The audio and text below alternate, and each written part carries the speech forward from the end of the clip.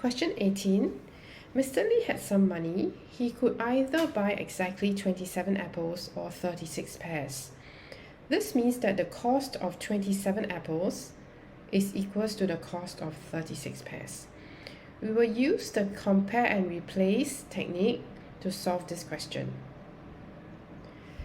Mr. Lee had already bought 5 apples and 8 pears. So I write here 5a plus 8p.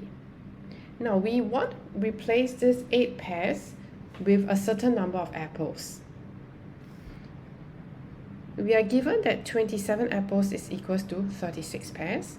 So let's divide 27 by 9, and we have to do likewise for the right hand side. So 36 divided by 9.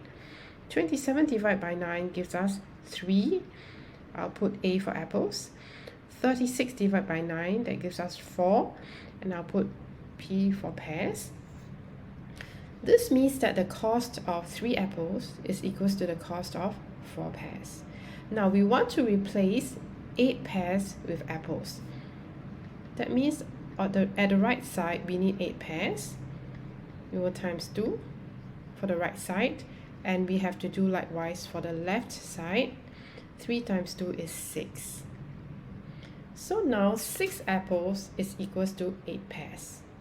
So we can replace this 8 pears with 6 apples. Hence 5 apples plus 8 pears is equals to 6 apples, which we have found from here. That will be 11 apples. So we can take it that he had already bought 11 apples, okay? Because buying 5 apples and 8 pears is equals to the amount of money that he needs to buy 11 apples. He can buy exactly 27 apples with all the money that he has. So we take 27 minus 11, and that gives us 16 apples. Hence, Mr. Lee can still buy 16 apples with the remaining money.